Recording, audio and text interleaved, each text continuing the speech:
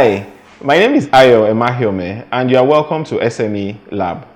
SME Lab is where we provide the mix for better entrepreneurship, irrespective of the area of entrepreneurship you want to go into, or if you are starting a small business.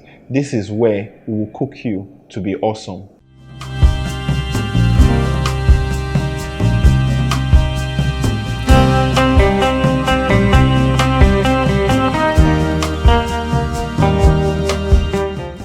Our topic today is who are you?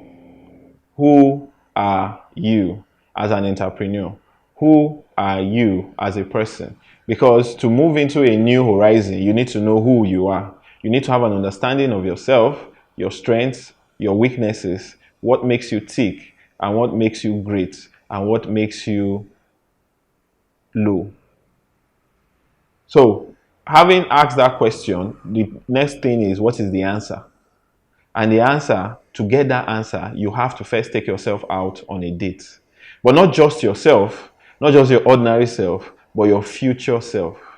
The person you want to be in the next 5, 10, 20, 30 years. You have to take that person on a date. It could be a lunch date, a dinner date, or simple breakfast. Have a meeting. Ask, who are you 20 years from now?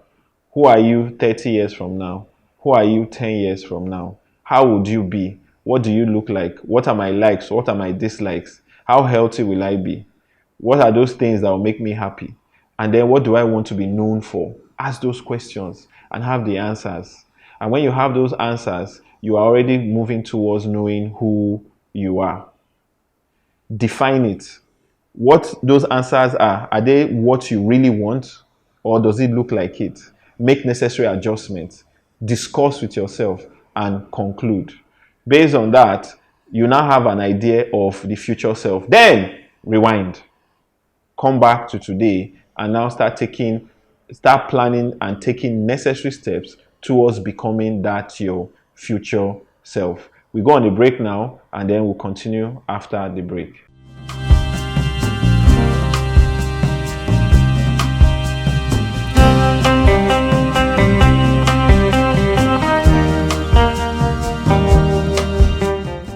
Welcome back.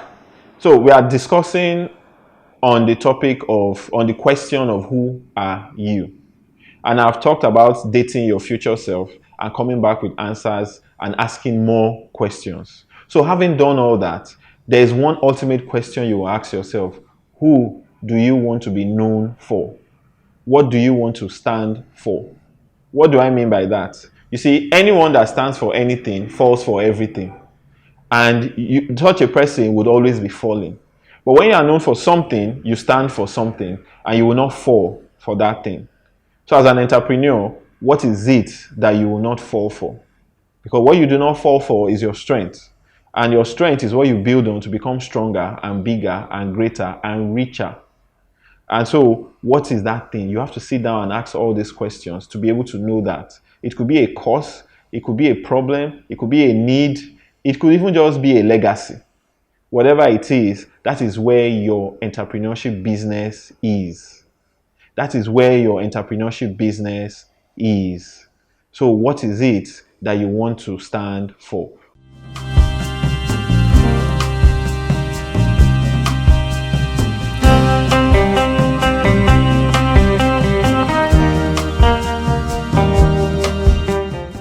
Welcome back to SME Lab. Today in our mix, we are talking about who are you. And in that, we've mentioned what you want to be known for, what you want to stand for, and also what it takes to get there, which includes dating your future self. So now, having dated yourself and asked a lot of questions of which you have answers, you now ask more answers. But to help you in this issue we mentioned about defining who you are or what you want to stand for, it can be anything. Don't be busy looking for one super statement or wonderful. No, because the truth is, as you develop as an entrepreneur, even those definitions you've made today would be adjusting or changing, such that 10, 20 years from now, they might not be what they were today. The issue is have something. It could be that you want to support child rights. you want to support women's rights, you want to make sure that nobody goes to bed hungry, or you want everybody to be refreshed whenever they are thirsty, or you want the Eskimos to appreciate what it takes to drink pepper soup. It just has to be something that you want to be known for and you want to stand for it. Once you have done that, the next thing is you define your self-worth. Define your self-worth. Who are you financially? What does it take to know that? It's very simple. All you need to do is define what we call assets and liabilities. Assets and liabilities.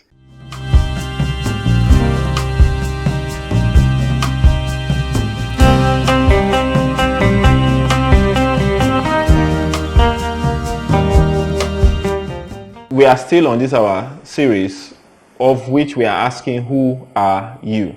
We have asked you to date yourself.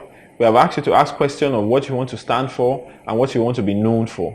And we have asked you to rewind to today and start taking steps towards your 1,000-mile journey, which is the journey of an entrepreneur. So, in defining yourself, we now ask, what is your self-worth? Sorry, what is your net worth? Your net worth.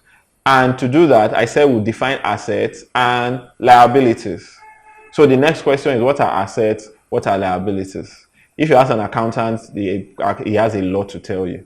If you ask an economist, he has a lot to tell you. But you see, we'll keep it very simple and non-technical. And in non-technical terms, and in very simple terms, I will choose the definition of Robert Kiyosaki, who wrote the book Rich Dad, Poor Dad. He said assets are anything that adds value to you. That is, anything that puts money in your pocket is an asset. Otherwise, that item or whatever it is simply a liability, which means a liability is anything that takes money from you. Remember the statement, anything that takes money from you. So, good example, you have a car. You take it to work, it brings you back home, and that's all you do with that car. The car is a liability. It does not add money to your pocket. So the car is a liability. You have a house, all you do is sleep in it, then you pay your mortgage or you pay your rent for that apartment. It is taking money from you. Automatically, it is a liability. But if you have a car that for some other reason, like putting it out for Uber when you are not using it, or putting your house up for Airbnb when you are not using it, that item automatically converts to becoming an asset. Now, Airbnb example, using your property, that's an asset. Why? Because it's now putting money in your pocket. While the car that takes you to work, parks in your car park, and then brings you back home after work is a liability. But when you now take the car to work and then puts it on Uber service during the day that you're not using it, and it's now putting money in your pocket, it is now an asset. Your money in the bank is an asset, as long as it's savings, is an asset. While that your credit card debit balance is a liability. So now I think you have a brief idea and a brief understanding of what assets and liabilities are. You do the math and come up with it. Send me an email.